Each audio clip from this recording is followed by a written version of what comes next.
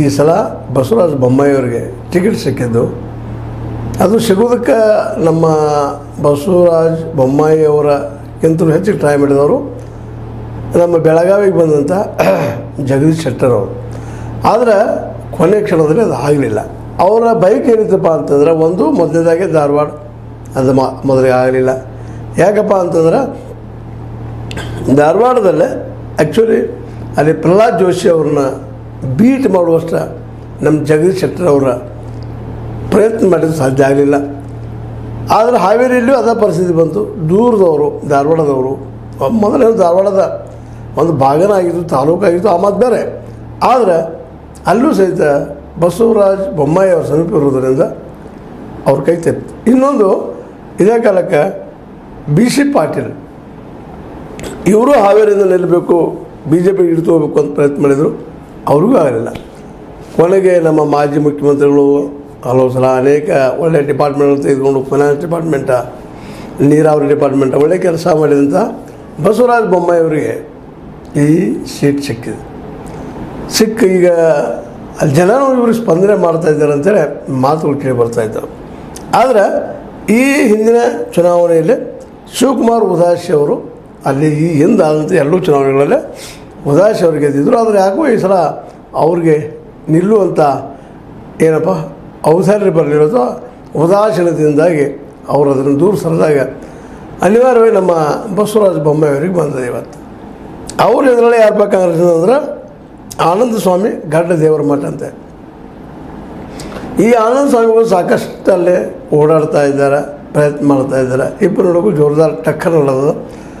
ಇಬ್ಬರು ಏನಪ್ಪ ಅಂದ್ರೆ ಒಬ್ಬರು ಸಾಧನ ಲಿಂಗಾಯತರು, ಇನ್ನೊಬ್ಬರು ವೀರಶೈವ ಲಿಂಗಾಯತರು. ಇವರೇ ಇದ್ದಾರೆ ಇಬ್ಬರು ಎರಡೂ ಕಡೆ. ಇದರಲ್ಲಿ ಯಾರು ಗೆದ್ದರು ಲಿಂಗಾಯತನ ಗೆದ್ದಂಗೆ. ಆದರೂ ಒಂದಿಷ್ಟ ತಿಕ್ಕಾಟಿರೋದನ್ನು ವೀರಶೈವ ಲಿಂಗಾಯತರಿಗೆ, ಸಾಧನ ಲಿಂಗಾಯತರಿಗೆ ಏನೋ ಮತ್ತು ನಾವು ಡಿಫ್ರೆನ್ಸ್ ಮಾಡ್ಕೊತ ಹೋಗ್ತಾ ಇರ್ತೀವಿ. ಈ ನೆಲೆಯಲ್ಲೇ ಅಲ್ಲಿ ಓಟ್ಸ್ಗಳು ಡಿವೈಡ್ ಆದರು. ಇದರಲ್ಲಿ ಯಾರು ಗೆಲ್ಲಬಹುದು? ಯಾಕಂದರೆ ನಾವು ಇವತ್ತು ವಿಚಾರ ಮಾಡಿದ್ರೆ ಧರ್ಮ ಜಾತಿಯ ನೆಲೆಗಳಲ್ಲಿ ಚಿಂತನೆ ಮಾಡ್ತಾ ಇರ್ತೀವಿ. ಆ ನೆಲೆಯಲ್ಲಿ ಇಲ್ಲಿ ಯಾರು ಗೆಲ್ಲಬಹುದು ಅಂದಾಗ ಸಹಜವಾಗಿ ಬಸವರಾಜ ಬೊಮ್ಮಾಯಿ ಅವರ ಹೆಸರು ದೊಡ್ಡ ಪ್ರಮಾಣದಲ್ಲಿ ಕೇಳಿ ಬಂದರು.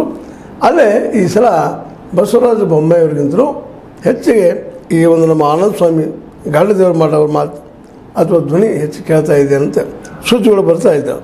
ಅಲ್ಲಿ ಜನ ಮಾತಾಡ್ಕೊಳ್ತಾ ಇದ್ದಾರೆ. ಕಾರಣ ಇಷ್ಟ ಈ ಸಲ ಏನಾಗಿದೆಪ್ಪ ಅಂತಂದ್ರೆ ಅಲ್ಲೇ ಈ ಗ್ಯಾರಂಟಿ ಕಾರ್ಡ್ ಉಪಯೋಗ ಮಾಡಿದ್ರಿಂದಾಗೆ ಮತ್ತು ಪ್ರಚಾರನೂ ಚೆನ್ನಾಗಿ ಮಾಡ್ತಾ ಇದ್ದಾರೆ. ಕಾಂಗ್ರೆಸ್ಸಿಗರು ಜನರಿಗೆ ಮುಡ್ತಾ ಇದ್ದಾರೆ.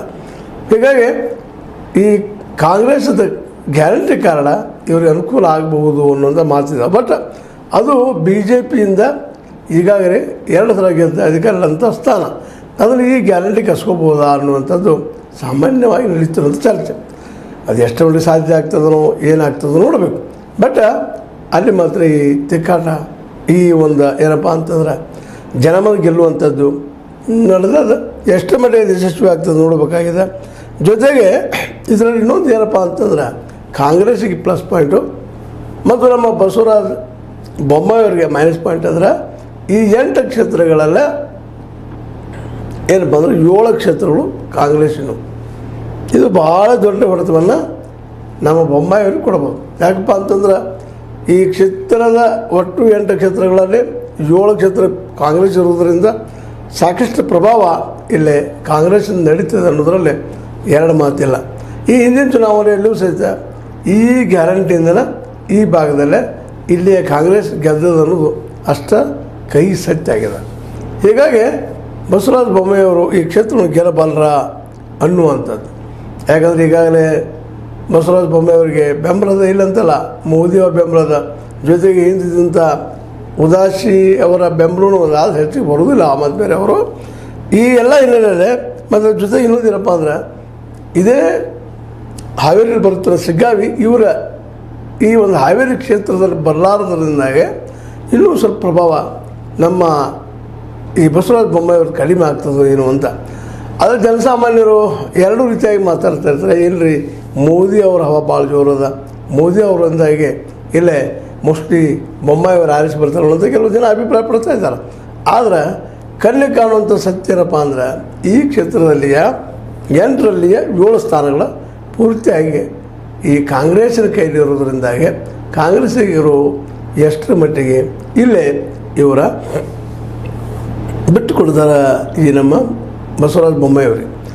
ಇನ್ನು ಈ ಬಸವರಾಜ ಬೊಮ್ಮಾಯಿ ಅವರು